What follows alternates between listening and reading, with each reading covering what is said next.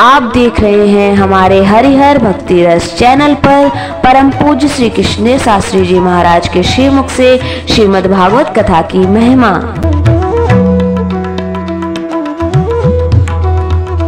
जोड़ी जोड़ी को हम नमस्कार करके और आगे चलते हैं। अब हम कहाँ रहे? बोले हमारे नेमिषारण्य तीर्थ में जो बना हुआ है। तो नेमिषारण्य क्या भाई साहब? बोले 88,000 ऋषियों ने मन में विचार किया कि हम यज्ञ बहुत दिन तक करें तो जगह ऐसी होना चाहिए कि जिसमें किसी से कोई आपत्ति महसूस न हो। तो ब्रह्मा जी ने एक चक्र दिया। जब चक्र दिया भाई साहब, बोले ये चक्र जहां गिर जाए वही तुम्हारी पूजा चालू हो जाएगी। ये चक्र जहां गिरा वो क्षेत्र का नाम हो गया नेमिषारण्य क्षेत्र, नेमिषारण्य तीर्थ। अब सज्जनों, नेमिषारण्य तीर्थ में यहाँ 88,000 ऋषि जो है निरंतर भगवान के ध्यान में नेमिषे सुतमासीनम् विभाव्यम् महामतिम् कथामृतरसास्वाद कुशला सौनको ब्रवीत। नेमिषारण्य क्षेत्र में 88,000 महात्मा विराजमान हैं। सामने सूत जी विराजमान हैं। जो सौनक महात्मा सबसे बड़े महात्मा हैं। वयोवृद्ध 88,000 महात्माओं के मुखिया सामने सूत जी विराजमान, दोनों हाथ जोड़ दिए।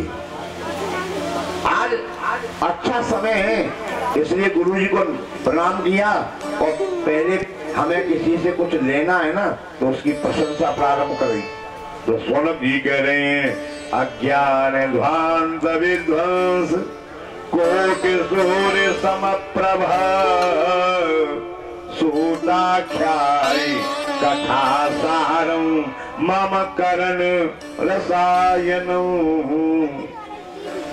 हे सूत जी महाराज, ये त्रिलोकी का सूरज नारायण है ना, उसका जैसे उदय होता है तो दुनिया के आधे भाग में पूरे में प्रकाश फैल जाता है।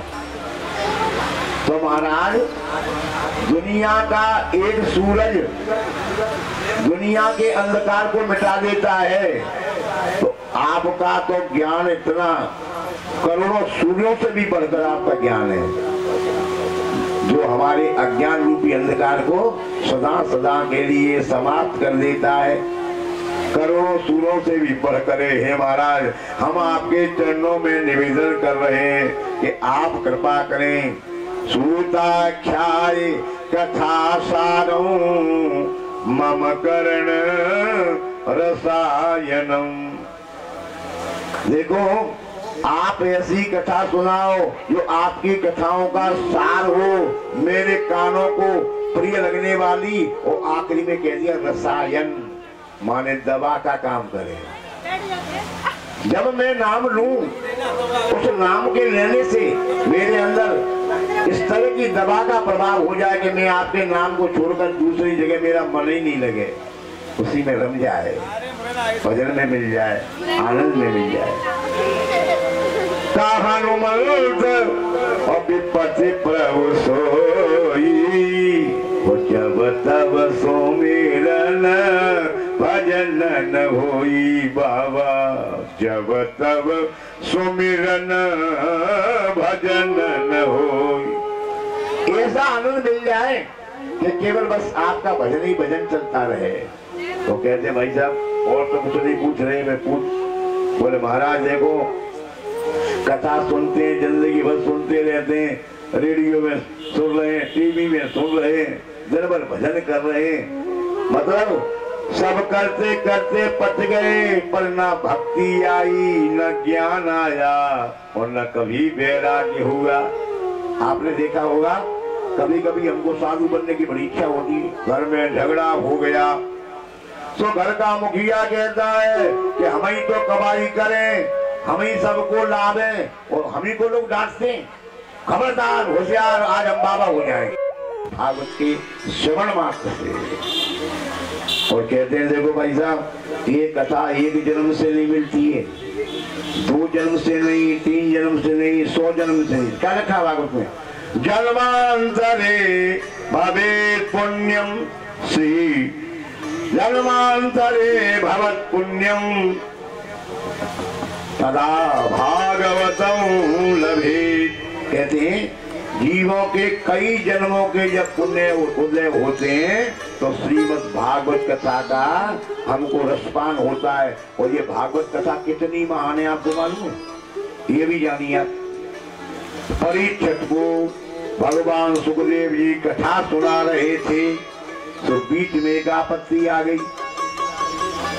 33 कोट देवता एक लोटा अमृत का भरे और प्रकट हो गए सुखदेव जी के महाराज के सामने, लोटा को हिला रहे थे। बोल क्या महाराज इसमें? बोल बहुत खतरनाक चीज है महाराज, एक बूंद भी पी जाए तो अमर मरने का खतरा टल जाता है। तो सुखदेव जी बोले कि देखो भाई, ये तुम लेके जो लोटा में आए ना, वो जिंदगी भर पुण्य करता है, जिंदगी भर भगवान का नाम लेता है और स्वर्ग में पहुंच जाए तो उसे मुश्किल से एक बूंद मिलती है। और तुम एक लोटा भर के लाए हो तो तुम्हारे बारे में इतना मैं जानता हूँ, जब तक तुमको 2 लोटे का लाभ नहीं होगा तब तक तुम एक लोटा लेने वाले नहीं। तो आप अपनी फरमाइश बताओ कि लोटा के बदले में लोगे क्या? अरे लेना लेना कुछ नहीं महाराज, लेने देने की कोई बात थोड़ी है। वो तो हमको दया आ गई, पर आपकी कृपा हो जाए, वो आपके मन में आ जाए कि हमने लोटा दिया है, तुम्हारे चेले के प्राण बचाए, तो को सुना रहे हो, हमारे सामने घूम लेना। बोले हम समझ गए, तुम महाठैया नंबर 1 के। बोले क्यों महाराज, ऐसा हमने क्या किया है? तो कहते कुम सुधा कुम कथा लोके कुम काटम कोमरे महान। अरे भाई तो कहाँ कांच के टुकड़े तो कहाँ मणि है? कहते कहाँ सुधा और कहाँ कथा। अमृत किसको मिलता है? अमृत उसे मिलेगा जो पुण्यात्माएं, ठीक है ना सर? अमृत उसे मिलेगा जो पुण्य आत्मा है, और दूसरे को अमृत प्राप्ति नहीं हो सकती है, पुण्य आत्मा को ही हो सकती है। तो और कथा तो महापापी को भी हो जाती। और अमृत आपको अमर को बना सकता है। अरे भाई साहब, अमृत तो राम ने भी पिया था, 2 टुकड़े उड़ गए, क्या हो गया? बोले नाम बिना नाम अमृत पियो बाबा राहु कटायो शीस। नाम सहित विश्व पी के बाबा शंभु भये जगदीश। पर बिना नाम अमृत पियो राहु कटायो शीस। अमृत पीने के बाद भी इसके 2 टुकड़े उड़ गए। लेकिन सज्जनों, राम का नाम लेकर के तो लोग अमर भी हो जाते। राम का नाम लेकर जो मर जाएंगे वो अमर नाम दुनिया में कर जाएंगे। कोई माने न माने सही बात है, कोई माने न माने सही बात है। हम मुसाफिर हैं, कल अपने घर जाएंगे। राम का नाम लेकर जो मर जाएंगे। अरे टूट जाए न माला कहीं प्रेम की, टूट जाए न माला कहीं प्रेम की। कीमती रत्न ये सब बिखर जाएंगे। राम का नाम लेकर मर जाएंगे। कोई माने न माने सही बात है, हम मुसाफिर हैं, कल अपने घर जाएंगे।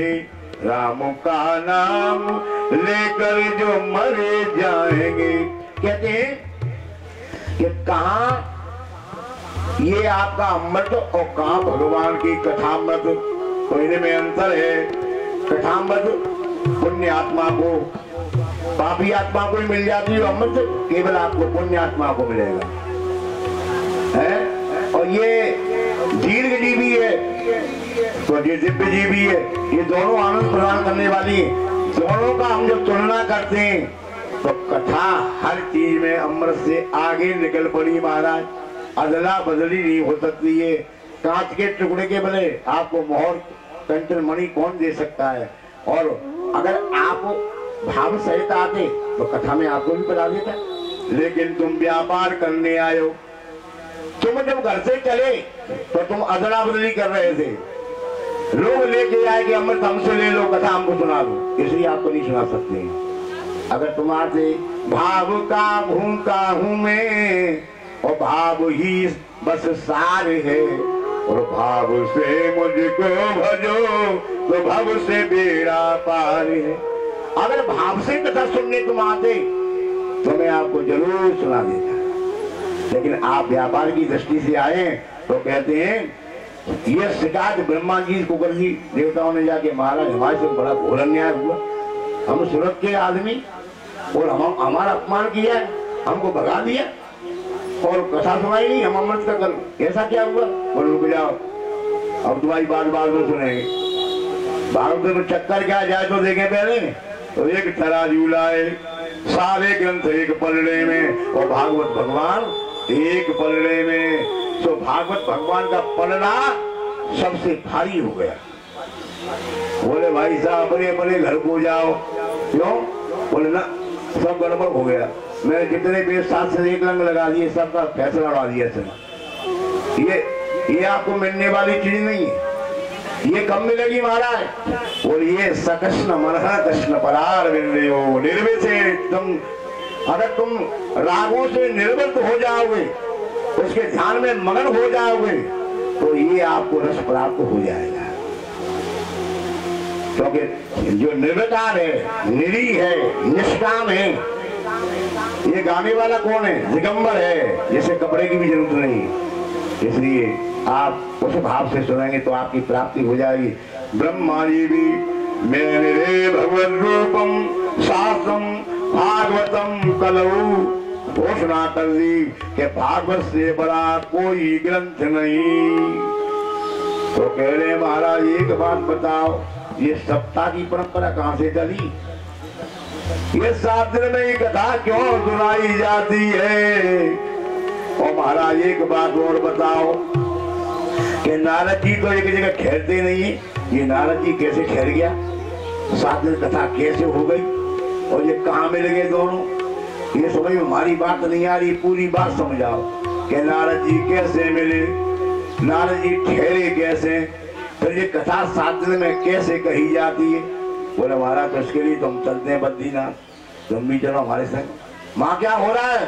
बोले कहते एकदा ही विशालायाम चत्वार ऋषयो मलाहा और सत्संगार्थम समायाता ददसुतस्तम नारदम।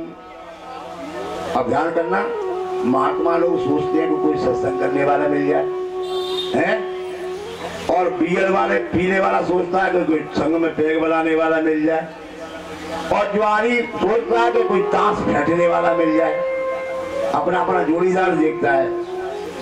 महात्मा देखता है सत्संग वाला, क्वार्टर वाला, पैग बनाने वाला है, ज्वारी पत्ता फेंकने वाला, ये सब अपने अपने मजहब के हैं। कोई चिलम बना के, कोई कुछ बना के अपने अपने आनंद में मगन रहते हैं। लेकिन महात्मा लोग देखते हैं कि सत्संग ही मिल जाए। तो ये चारों इस चक्कर में घूम रहे थे बद्रीनाथ में, कोई मिल जाए तो थोड़ी बहुत ही सत्संग हो जाए, कथा हो जाए। तो संयोग की बात महाराज नारद जी दिखे तो प्रसन्न हो गए कि वाह वाह वाह, नारद दिख रहे हैं। नारद तो सत्संग में सबसे प्रवीण, बहुत अच्छी बात है। लेकिन जब पास में आए तो नारद जी का मुंह हो रहा था 5 किलो का, ये भूल के बोले बाबा जी क्या हो गया? तुम तो दुनिया के दुख को नष्ट करने वाले, दुनिया को सुख प्रदान करने वाले, तुम्हारा तो दुख के मारे चेहरा इतना कांतिहीन हो चुका है। तो पहले एक काम करो, अपनी समस्या बताओ। पहले तुम्हारी समस्या सुने और फिर सत्संग करें। कसो ब्रह्मन दीन मुख कुछ चिंता तुरो भवा गम्यते कुतम कुतश्चागमनम तव। अरे बाबा कहाँ से आ रहे हो, कहाँ जा रहे हो, और तुम्हारा मणि मुख है? अब कहाँ जाने का विचार है? अब महाराज आपका मुंह कैसे लटका है महाराज, ये बताओ। बोले महाराज बड़ी समस्या हो गई। देखो हम गए तो कभी कभी ऐसा हो जाता है कि हम लोग सुख की चक्कर में दुख में फंस जाते हैं। हर व्यक्ति विवाह इसलिए करता है कि उसके विवाह के बाद बड़ा सुख मिलेगा। ठीक है साहब, विवाह किया हमने, घर वाली नई आई, उसने देखा घर में सारे हिसाब किताब, लोग पूरे घर के कहते हैं, घरवाली सुनती रहती है, कोई बात है नया सिस्टम है, जरा मैं अपना सिस्टम फिट कर। और जैसे ही सिस्टम फिट होता है तो पूरे घर पे वो धंधा देके तैयार है। हाँ, ये गई पुत्र, ये गई घरवाली, और वो आलसी इतनी की झाड़ू नहीं लगाती थी। माँ झाड़ू लगाती थी तो लड़के ने सोचा मैं ही झाड़ू लगाऊं, शायद सुधर जाए, मुझे देख करके इसे मन में आ जाए। तो लड़के ने झाड़ू उठाया तो माता जी तो कहते मैं लगाऊंगी, लगा कहते मैं लगाऊंगा, मैं तेरे तुम क्यों लगाओगे? ये बोली अरे मेरा सर दुख रहा है, दोनों क्यों झगड़ रहे हो, एक दिन तू लगा लेना, एक दिन तुम लगा लेना। तो फिर दोनों में झगड़ा होता है, पड़ोसी सुनता है। ठीक है ना सर, ये दूसरा झगड़ा। अब देखो हमने घरवाली सुख के लिए की थी, बहुत बड़ा कष्ट दे रही है, अब 2-4 मोड़ामोड़ी पैदा हो गए। अब आपको मालूम है 16 आना लड़के मैयों के पक्ष में बोलते, बाप के में कोई नहीं बोलता। और तुमने देखा होगा मैयों को नौकरी में जरूर ले जाएंगे तो चल तेरे संग, बापू को कोई नहीं ले जाएगा, बाबू को खतरा है, बाबू बहुत बड़ा खतरा है। और आपको मालूम है कि घरवाली अगर बुढ़ापे में मर जाए तो सबसे बड़ा कष्ट है, तो बहुत बड़ा दुख होता है। हम बुढ़ापे में हमारे जो लड़के हैं ना वो दोनों को अलग कर लेते हैं, बापू को तू रखेगा तो मैया को मैं रखूंगा। ये सबसे बड़ा कष्ट जीवन का यही है। तो हमने सुविधा सुख के लिए की थी, लेकिन हमारे लिए दुख ही दुख उत्पन्न हो गया, सुख नहीं मिला। सुख तो भगवान के नाम में ही प्राप्त हो सकता है और कहीं आपको प्राप्त नहीं हो सकता है। तो हमारे जीवन में ये सब यादा मादा मिट जाए तो महाराज हम तो सुख के लिए मृत्युलोक में गए, पर मृत्युलोक का एक नाम है दुखालय। भाई साहब गीता कहती है कि दुखालय, तो यहाँ सुख नहीं है। आप मान लो तो हम सुखी हैं, औषधालय में जाओगे तो दवा मिलेगी, और पुस्तकालय में जाओगे तो पुस्तक मिलेगी, और दुखालय में जाओगे तो दुख ही दुख मिलेंगे। यहाँ सुख एक पल को नहीं है, पर तुम अपने मन में मान लो तो तुम्हें दुख कोई दे ही नहीं सकता है। तुम अपने आप दुखी हो रहे हो, तुमको कोई दुखी नहीं कर सकता है। दुखी क्यों कह रहे हैं? दुखी का हमारा यही कारण है कि मकान है पर ऐसा नहीं है, टाइल वाला चाहिए। अरे कूलर तो लगा है पर एसी नहीं लगा है, मोटरसाइकिल तो है पर 4 पहिया की गाड़ी नहीं है। इसी कलेश में हमारी जिंदगी कट जाती है। बस अब की छोटा टीवी फेंका बड़ा ले आए, मोबाइल इतना बड़ा फिर इतना बड़ा ले आए, तो ये जिंदगी हमारी इसी में बैठ जाती है। हम उससे निवृत्त नहीं हो पाते हैं, उसी में लगे रहते हैं सज्जनों। हमारे जीवन में इस यहाँ सुख नहीं है। नारद जी कह रहे कि मैंने समझा कि सुख की भूमि है मृत्युलोक, जरा देख के आ गए। तो सबसे पहले हम गृहस्थों के पास में गए, तो गृहस्थ पार वो कढ़े मचा हुआ। क्या हो रहा है इनके घर में? कहते हैं नारद जी, हर क्षेत्रम कुरुक्षेत्रम श्रीरंगम सेतुबंधनम पुष्करम प्रयागम काशी गोदावरी रामेश्वर सब तीर्थ गया, लेकिन हर जगह करे से करे। गृहस्थों के पास गया कि भाई साहब कथा सुन लो, तो दरअसल लड़ाई चल रही है। और घरों में आपने देखा होगा, भागवत में लिखा है साफ शब्दों में कि घर में कोई अच्छा काम हो, बहुत बढ़िया काम, तो न तो माता जी ये पूछेंगे, न पिताजी ये पूछेंगे, न भाई साहब ये पूछेंगे, सबसे पहले साले साहब बुलाए जाएंगे ससुराल से। कि भाई साहब कुछ कार्यक्रम होना, आप हमको सलाह देंगे। तरुणी प्रभुता गे चाल को बुद्धिदायक, गला कलयुग के आने से क्या हो जाएगा? अरे माने मातु पिता नहीं देवा, और साधु निधन करवावे सेवा। पारे खल और चोर जुआरा, लंपट पर धनदारा, ये सब इस प्रकार के लोग पैदा हुए कलयुग में। ये लंपट पर धन पर दारा, सब गड़बड़ हो गया। महाराज मैं फिर बाबाओं के यहाँ सुनने गया कि चलो बाबा के यहाँ ही शांति लेंगे। तो बाबा की कोई बुरा करे, बाबा संत भगवान कैसे भी हो, पर संतों की बुराई करना सबसे बुरा काम। संतों की कोई बुराई नहीं करेंगे। पर आपको मालूम पहले संत जंगल में रहते थे, अब एसी में रहते हैं। भाई साहब समय बदल गया, तो बदला बदली तो होती है। अरे क्या हो गया? और थोड़ा सा परिवर्तन हो गया है। तपसी धनवंत और दलिद्र गही, कली को दुख तातन जात कही, सब उल्टा उल्टा हो रहा है। महाराज कहीं शांति नहीं, बाबाओं के यहाँ शांति नहीं, गृहस्थों के यहाँ शांति नहीं। तो हमने सोचा जब छोड़ो, हमने सुना कि वृंदावन में भक्ति भक्ति है, वहाँ चले, वहाँ कुछ हमारा जुगाड़ बन सकता है।